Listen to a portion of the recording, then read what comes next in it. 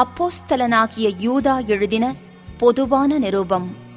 இயேசு கிறிஸ்துவினுடைய ஊழியக்காரனும் யாக்கோபினுடைய சகோதரனுமாயிருக்கிற யூதா, பிதாவாகிய தேவனாலே பரிசுத்தமாக்கப்பட்டவர்களும் இயேசு கிறிஸ்துவினாலே காக்கப்பட்டவர்களுமாகிய அழைக்கப்பட்டவர்களுக்கு எழுதுகிறதாவது: உங்களுக்கு இரக்கமும் சமாதானமும் அன்பும் பெருகக் கடவது.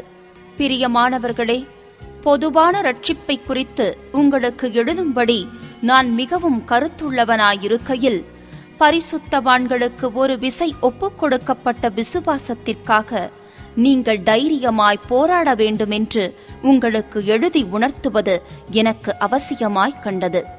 ஏனெனில் நமது தேவனுடைய கிருபையை காம விகாரத்துக்கேதுவாக புரட்டி ஒன்றான ஆண்டவராகிய தேவனையும் நம்முடைய கர்த்தராகிய இயேசு கிறிஸ்துவையும் மறுதலிக்கிற பக்தியற்றவர்களாகிய சிலர் பக்க வழியாய் நுழைந்திருக்கிறார்கள்.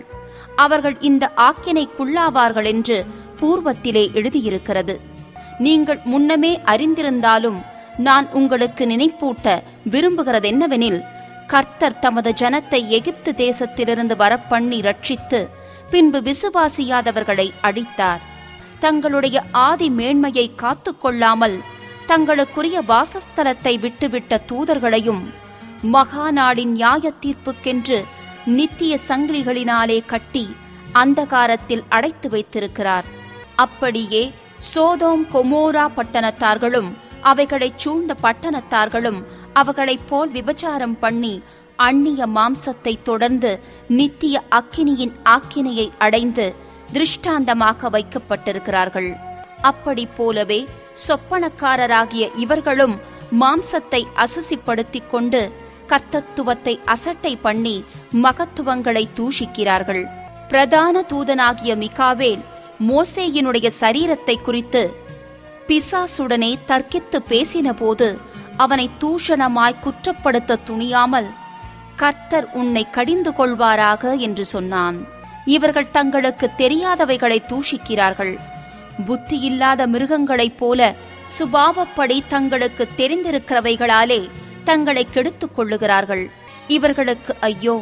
இவர்கள் காயினுடைய வழியில் நடந்து பிலேயாம் கூலிக்காகச் செய்த வஞ்சகத்திலே விரைந்தோடி கோரா எதிர்த்து பேசின பாவத்திற்குள்ளாகி கெட்டுப்போனார்கள். இவர்கள் உங்கள் அன்பின் விருந்துகளில் கரைகளாயிருந்து பயமின்றி கூட விருந்துண்டு தங்களை தாங்களே மேய்த்துக் கொள்ளுகிறார்கள். இவர்கள் காற்றுகளால் அடியுண்டோடுகிற தண்ணீரற்ற மேகங்களும் இலையுதிர்ந்து கனியற்று 2 தரன் செத்து வேரற்று போன மரங்களும் தங்கள் அவமானங்களை நுரை தள்ளுகிற அமளியான கடல் அலைகளும் மார்க்கந்தப்பி அலைகிற நட்சத்திரங்களுமாயிருக்கிறார்கள். இவர்களுக்காக என்றென்றைக்கும் காரிருளே வைக்கப்பட்டிருக்கிறது. ஆதாமுக்கு 7ஆம் தலைமுறையான ஏனோக்கும் இவர்களை குறித்து, இதோ எல்லாருக்கும் நியாயத்தீர்ப்பு கொடுக்கிறதற்கும் அவர்களில் அவபக்தியுள்ளவர்கள் யாவரும் அவபக்தியாய் செய்து வந்த சகல அவபக்தியான கிரியைகளின் நிமித்தமும் தமக்கு விரோதமாய் அவபக்தியுள்ள பாவிகள் பேசின கடின வார்த்தைகள் எல்லாவற்றின் நிமித்தமும் அவர்களை கண்டிக்கிறதற்கும் 1000 தமது பரிசுத்தவான்களோடும் கூட கர்த்தர் வருகிறார் என்று முன்னறிவித்தான். இவர்கள் முறுமுறுக்கிறவர்களும் முறையிடுகிறவர்களும் தங்கள் இச்சைகளின்படி நடக்கிறவர்களுமாயிருக்கிறார்கள். இவர்களுடைய வாய் இருமாப்பானவைகளை பேசும். தற்பொழிவுக்காக முகஸ்துதி செய்வார்கள். நீங்களோ பிரியமானவர்களே, நம்முடைய கர்த்தராகிய இயேசு கிறிஸ்துவின் அப்போஸ்தலரால் முன் சொல்லப்பட்ட வார்த்தைகளை நினைவு கூறுங்கள். கடைசி காலத்திலே தங்கள் துன்மார்க்கமான இச்சைகளின்படி நடக்கிற பரியாசக்காரர் தோன்றுவார்கள் என்று உங்களுக்கு சொன்னார்களே. இவர்கள் பிரிந்து போகிறவர்களும் ஜென்ம சுபாவத்தாரும் ஆவி இல்லாதவர்களுமாமே.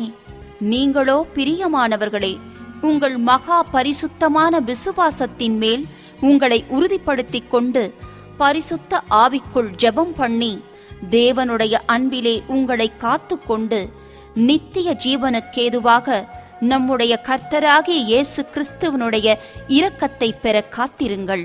அல்லாமலும் நீங்கள் பகுத்தறிவுள்ளவர்களாயிருந்து சிலருக்கு இரக்கம் பாராட்டி சிலரை அக்கினியிலிருந்து இழுத்துவிட்டு பயத்தோடே ரட்சித்து மாம்சத்தால் கரைப்பட்டிருக்கிற வஸ்திரத்தையும் வெறுத்து தள்ளுங்கள்.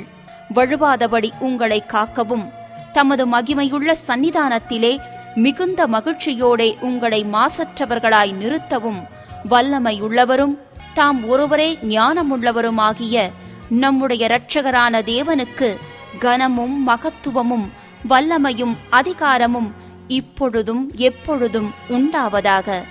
ஆமென்.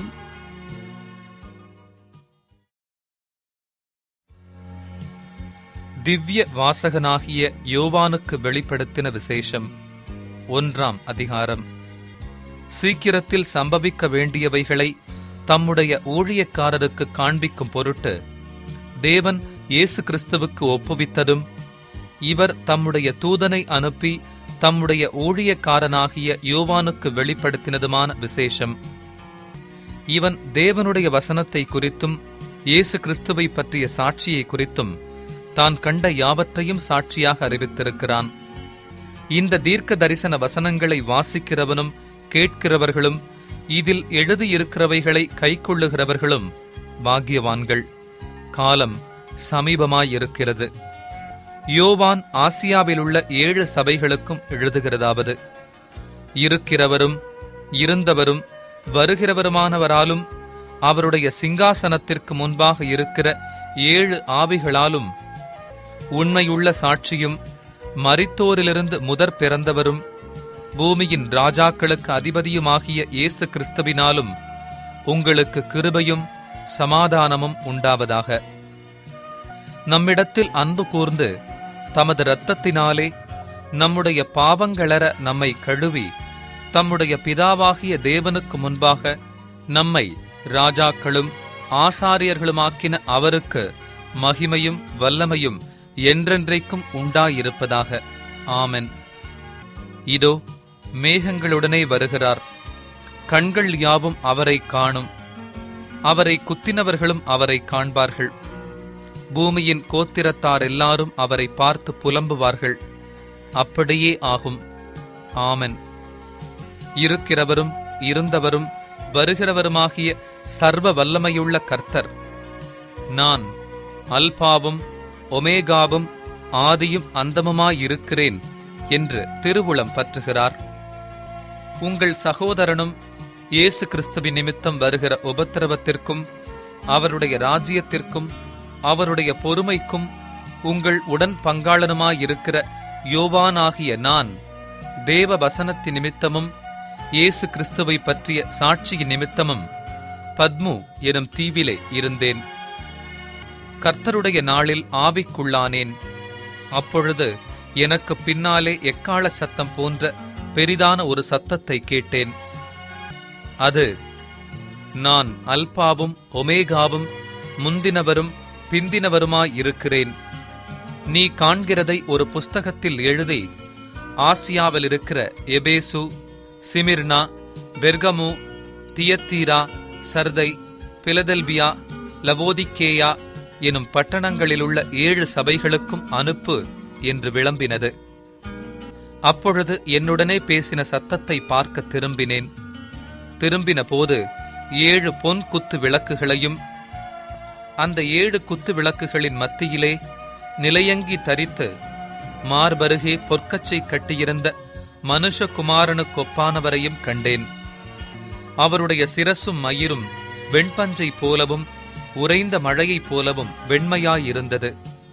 அவருடைய கண்கள் அக்கினி ஜுவாலையைப் போலிருந்தது. அவருடைய பாதங்கள் உலைக்களத்தில் காய்ந்த பிரகாசமான வெண்கலம் போலிருந்தது. அவருடைய சத்தம் பெருவெள்ளத்து இரைச்சலை போலிருந்தது. தமது வலது கரத்திலே 7 நட்சத்திரங்களை ஏந்திக் கொண்டிருந்தார். அவர் வாயிலிருந்து இருபுறமும் கருக்குள்ள பட்டயம் புறப்பட்டது. அவருடைய முகம் வல்லமையாய் பிரகாசிக்கிற சூரியனை போலிருந்தது. நான் அவரை கண்டபோது செத்தவனைப் போல அவருடைய பாதத்தில் விழுந்தேன். அப்பொழுது அவர் தம்முடைய வலது கரத்தை என்மேல் வைத்து என்னை நோக்கி, பயப்படாதே, நான் முந்தினவரும் பிந்தினவரும் உயிருள்ளவருமாயிருக்கிறேன். மரித்தேன், ஆனாலும் இதோ சதா காலங்களிலும் உயிரோடு இருக்கிறேன். ஆமென். நான் மரணத்திற்கும் பாதாளத்திற்கும் உரிய திறவுகோல்களை உடையவராயிருக்கிறேன். நீ கண்டவைகளையும் இருக்கிறவைகளையும் இவைகளுக்கு பின்பு சம்பவிப்பவைகளையும் எழுது. என் வலது கரத்தில் நீ கண்ட 7 நட்சத்திரங்களின் இரகசியத்தையும் 7 பொன் குத்து விளக்குகளின் இரகசியத்தையும் எழுது. அந்த 7 நட்சத்திரங்களும் 7 சபைகளின் தூதர்களாம். நீ கண்ட 7 குத்து விளக்குகளும் 7 சபைகளாம். 2ஆம் அதிகாரம். எபேசு சபையின் தூதனுக்கு நீ எழுத வேண்டியது என்னவெனில், 7 நட்சத்திரங்களை தம்முடைய வலது கரத்தில் ஏந்திக் கொண்டு 7 பொன்குத்து விளக்குகளின் மத்தியிலே உலாவிக் கொண்டிருக்கிறவர் சொல்லுகிறதாவது: உன் கிரியைகளையும் உன் பிரயாசத்தையும் உன் பொறுமையையும், நீ பொல்லாதவர்களைச் சகிக்க கூடாமல் இருக்கிறதையும், அப்போஸ்தலர் அல்லாதவர்கள் தங்களை அப்போஸ்தலர் என்று சொல்லுகிறதை நீ சோதித்து அவர்களை பொய்யரென்று கண்டறிந்ததையும், நீ சகித்துக் கொண்டிருக்கிறதையும் பொறுமையாயிருக்கிறதையும், என் நாமத்து நிமித்தம் இளைப்படையாமல் பிரயாசப்பட்டதையும் அறிந்திருக்கிறேன். ஆனாலும் நீ ஆதியில் கொண்டிருந்த அன்பை விட்டாய் என்று உன் பேரில் எனக்கு குறையுண்டு. ஆகையால் நீ இன்ன நிலைமையிலிருந்து விழுந்தாய் என்பதை நினைத்து மனம் திரும்பி ஆதியில் செய்த கிரியைகளைச் செய்வாயாக. இல்லாவிட்டால் நான் சீக்கிரமாய் உன்னிடத்தில் வந்து நீ மனம் திரும்பாத பட்சத்தில் உன் விளக்குத் தண்டை அதனிடத்தினின்று நீக்கிவிடுவேன். நான் வெறுக்கிற நிக்கோலாய் மதஸ்தரின் கிரியைகளை நீயும் வெறுக்கிறாய். இது உன்னிடத்தில் உண்டு. ஆவியானவர் சபைகளுக்குச் சொல்லுகிறதை காதுள்ளவன் கேட்கக் கடவன். ஜெயங்கொள்ளுகிறவனெவனோ அவனுக்கு தேவனுடைய பரதீசின் மத்தியில் இருக்கிற ஜீவ விருட்சத்தின் கனியை புசிக்கக் கொடுப்பேன் என்றெழுது.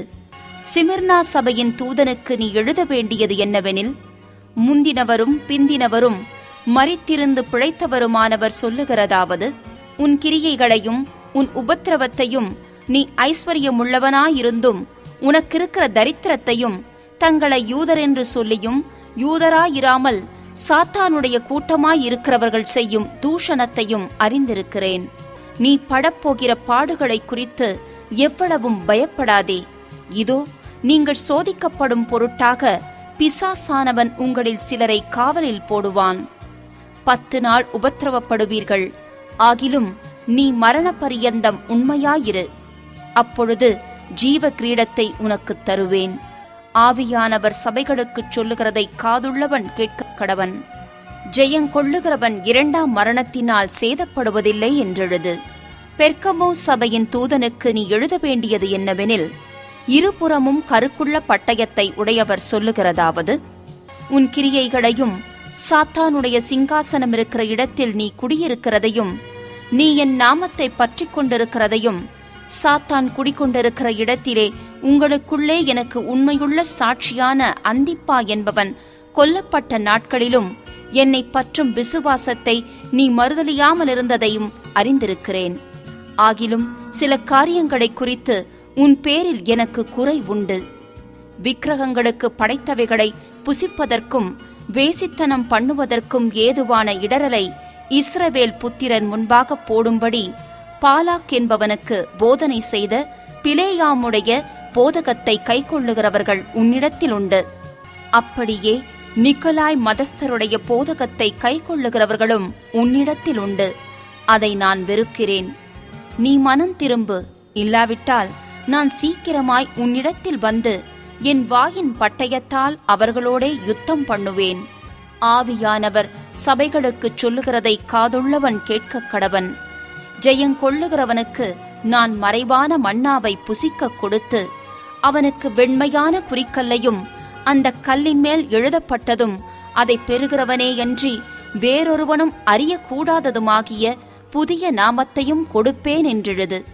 தியத்தீரா சபையின் தூதனுக்கு நீ எழுத வேண்டியது என்னவெனில், அக்கினி ஜுவாலை போன்ற கண்களும் பிரகாசமான வெண்கலம் போன்ற பாதங்களும் உள்ள தேவகுமாரன் சொல்லுகிறதாவது: உன் கிரியைகளையும் உன் அன்பையும் உன் ஊழியத்தையும் உன் விசுவாசத்தையும் உன் பொறுமையையும் நீ முன்பு செய்த கிரியைகளிலும் பின்பு செய்த கிரியைகள் அதிகமாயிருக்கிறதையும் அறிந்திருக்கிறேன். ஆகிலும் உன் பேரில் எனக்கு குறை உண்டு. என்னவெனில், தன்னை தீர்க்க தரிசியென்று சொல்லுகிற ஏசபேல் என்னும் ஸ்திரீயானவள் என்னுடைய ஊழியக்காரர் வேசித்தனம் பண்ணவும் விக்கிரகங்களுக்கு படைத்தவைகளை புசிக்கவும் அவர்களுக்கு போதித்து அவர்களை வஞ்சிக்கும்படி நீ அவளுக்கு இடம் கொடுக்கிறாய். அவள் மனம் திரும்பும்படியாய் அவளுக்கு தவணை கொடுத்தேன். தன் வேசி மார்க்கத்தை விட்டு மனம் திரும்ப அவளுக்கு விருப்பமில்லை. இதோ நான் அவளை கட்டில் கிடையாக்கி அவளுடனே விபச்சாரம் செய்தவர்கள் தங்களுடைய கிரியைகளை விட்டு மனம் திரும்பாவிட்டால் அவர்களையும் மிகுந்த உபத்திரவத்திலே தள்ளி அவளுடைய பிள்ளைகளையும் கொல்லவே கொல்லுவேன். அப்பொழுது நானே உள்ளிந்திரியங்களையும் இருதயங்களையும் ஆராய்கிறவரென்று எல்லா சபைகளும் அறிந்து கொள்ளும்.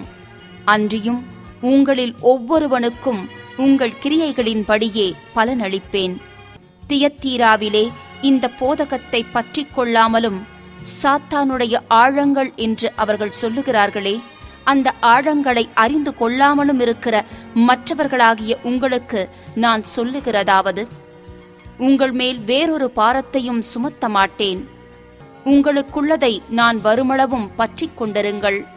ஜெயங்கொண்டு முடிவு பரியந்தம் என் கிரியைகளை கைக்கொள்ளுகிறவனெவனோ அவனுக்கு நான் என் பிதாவினிடத்தில் அதிகாரம் பெற்றது போல ஜாதிகள் மேல் அதிகாரம் கொடுப்பேன். அவன் இருப்புக்கோலால் அவர்களை ஆளுவான். அவர்கள் மண்பாண்டங்களைப் போல நொறுக்கப்படுவார்கள். விடிவெள்ளி நட்சத்திரத்தையும் அவனுக்கு கொடுப்பேன். ஆவியானவர் சபைகளுக்குச் சொல்லுகிறதை காதுள்ளவன் கேட்கக் கடவன் என்றெழுது. 3ஆம் அதிகாரம். சர்தை சபையின் தூதனுக்கு நீ எழுத வேண்டியது என்னவெனில், தேவனுடைய 7 ஆவிகளையும் 7 நட்சத்திரங்களையும் உடையவர் சொல்லுகிறதாவது, உன் கிரியைகளை அறிந்திருக்கிறேன். நீ உயிருள்ளவனென்று பெயர் கொண்டிருந்தும் செத்தவனாயிருக்கிறாய். நீ விழித்துக் கொண்டு சாகிறதற்கேதுவாயிருக்கிறவைகளை ஸ்திரப்படுத்து. உன் கிரியைகள் தேவனுக்கு முன் நிறைவுள்ளவைகளாக நான் காணவில்லை. ஆகையால் நீ கேட்டு பெற்றுக்கொண்ட வகையை நினைவு கூர்ந்து அதை கைக்கொண்டு மனம் திரும்பு. நீ விழித்திராவிட்டால் திருடனைப் போல் உன்மேல் வருவேன். நான் உன்மேல் வரும் வேளையை அறியாதிருப்பாய். ஆனாலும் தங்கள் வஸ்திரங்களை அசுசிப்படுத்தாத சில பேர் சர்தையிலும் உனக்குண்டு. அவர்கள் பாத்திரவான்களானபடியால் வெண்வஸ்திரம் தரித்து என்னோடே கூட நடப்பார்கள். ஜெயங்கொள்ளுகிறவனெவனோ அவனுக்கு வெண்வஸ்திரம் தரிப்பிக்கப்படும்.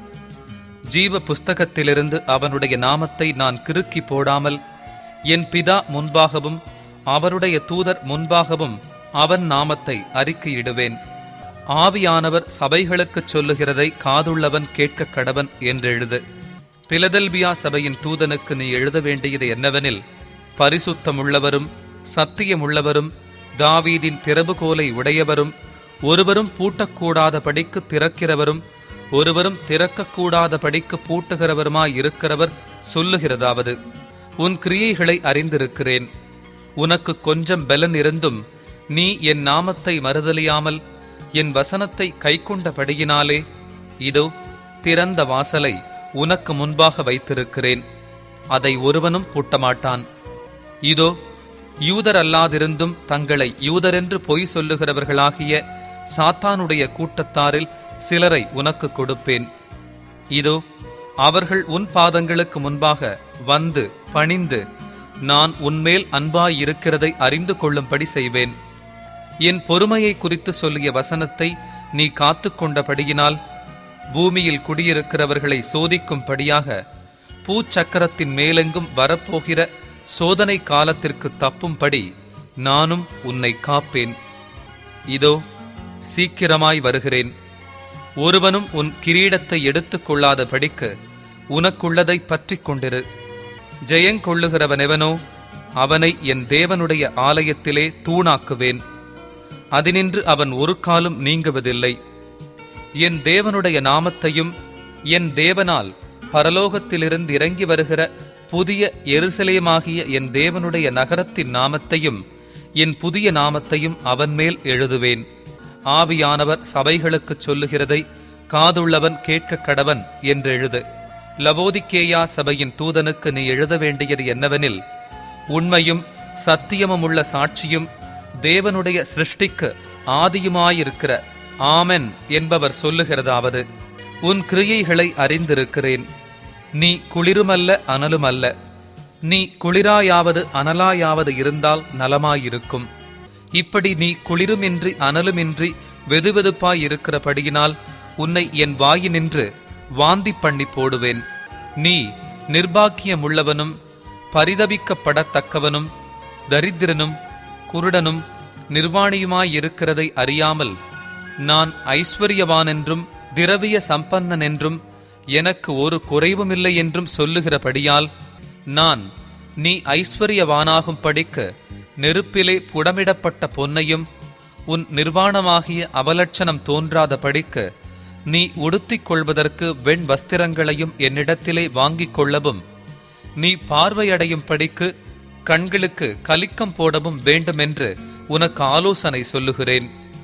நான் நேசிக்கிறவர்களெவர்களோ அவர்களை கடிந்து கொண்டு சிட்சிக்கிறேன். ஆகையால் நீ ஜாக்கிரதையாயிருந்து மனம் திரும்பு. இதோ வாசற்படியிலே நின்று தட்டுகிறேன். ஒருவன் என் சத்தத்தை கேட்டு கதவை திறந்தால் அவனிடத்தில் நான் பிரவேசித்து அவனோடே போஜனம் பண்ணுவேன், அவனும் என்னோடே போஜனம் பண்ணுவான்.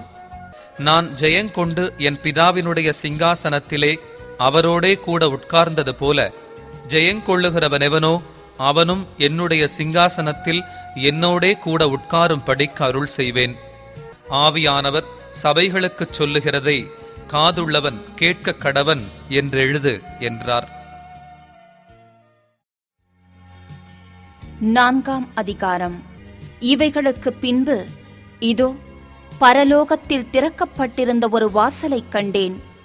முன்னே எக்காளச் சத்தம் போல என்னுடனே பேச நான் கேட்டிருந்த சத்தமானது, இங்கே ஏறி வா, இவைகளுக்கு பின்பு சம்பவிக்க வேண்டியவைகளை உனக்கு காண்பிப்பேன் என்று விளம்பினது. உடனே ஆவிக்குள்ளானேன். அப்பொழுது இதோ வானத்தில் ஒரு சிங்காசனம் வைக்கப்பட்டிருந்தது. அந்த சிங்காசனத்தின் மேல் ஒருவர் வீற்றிருந்தார். வீற்றிருந்தவர் பார்வைக்கு வஜ்ரக் கல்லுக்கும் பதுமராகத்துக்கும் ஒப்பாயிருந்தார். அந்த சிங்காசனத்தைச் சுற்றி ஒரு வானவில் இருந்தது. அது பார்வைக்கு மரகதம் போல் தோன்றிற்று. அந்த சிங்காசனத்தைச் சூழ 24 சிங்காசனங்கள் இருந்தன. 24 மூப்பர்கள் வெண் வஸ்திரந்தரித்து தங்கள் சிரசுகளில் பொன்முடி சூடி அந்த சிங்காசனங்களின் மேல் உட்கார்ந்திருக்க கண்டேன். அந்த சிங்காசனத்திலிருந்து மின்னல்களும் இடி முழக்கங்களும் சத்தங்களும் புறப்பட்டன. தேவனுடைய 7 ஆவிகளாகிய 7 அக்கினி தீபங்கள் சிங்காசனத்திற்கு முன்பாக எரிந்து கொண்டிருந்தன. அந்த சிங்காசனத்திற்கு முன்பாக பளிங்கு கொப்பான கண்ணாடி கடல் இருந்தது. அந்த சிங்காசனத்தின் மத்தியிலும் அந்த சிங்காசனத்தைச் சுற்றிலும் 4 ஜீவன்கள் இருந்தன. அவைகள் முன்புறத்திலும் பின்புறத்திலும் கண்களால் நிறைந்திருந்தன. முதலாம் ஜீவன் சிங்கத்திற்கொப்பாகவும், 2ஆம் ஜீவன் காளை கொப்பாகவும், 3ஆம் ஜீவன் மனுஷ முகம் போன்ற முகமுள்ளதாகவும், 4ஆம் ஜீவன் பறக்கிற கழுகுக்கு ஒப்பாகவும் இருந்தன. அந்த 4 ஜீவன்களிலும் ஒவ்வொன்று அவ்வாறு சிறகுகள் உள்ளவைகளும் சுற்றிலும் உள்ளேயும் கண்களால் நிறைந்தவைகளுமாயிருந்தன. அவைகள் இருந்தவரும் இருக்கிறவரும் வருகிறவருமாகிய சர்வ வல்லமையுள்ள தேவனாகிய கர்த்தர் பரிசுத்தர் பரிசுத்தர் பரிசுத்தர் என்று இரவும் பகலும் ஓய்வில்லாமல் சொல்லிக் கொண்டிருந்தன. மேலும் சிங்காசனத்தின் மேல் வீற்றிருந்து சதா காலங்களிலும் உயிரோடு இருக்கிறவருக்கு அந்த ஜீவன்கள் மகிமையையும் கனத்தையும் ஸ்தோத்திரத்தையும் செலுத்தும் போது 24 மூப்பர்களும் சிங்காசனத்தின் மேல் வீற்றிருக்கிறவருக்கு முன்பாக வணக்கமாய் விழுந்து சதா காலங்களிலும் உயிரோடு இருக்கிறவரை தொழுது கொண்டு தங்கள் கிரீடங்களை சிங்காசனத்திற்கு முன்பாக வைத்து, கர்த்தாவே, தேவரீர் மகிமையையும் கனத்தையும் வல்லமையையும் பெற்றுக்கொள்ளுகிறதற்கு பாத்திரராயிருக்கிறீர். நீரே சகலத்தையும் சிருஷ்டித்தீர். உம்முடைய சித்தத்தினாலே அவைகள் உண்டாயிருக்கிறவைகளும் சிருஷ்டிக்கப்பட்டவைகளுமாயிருக்கிறது என்றார்கள்.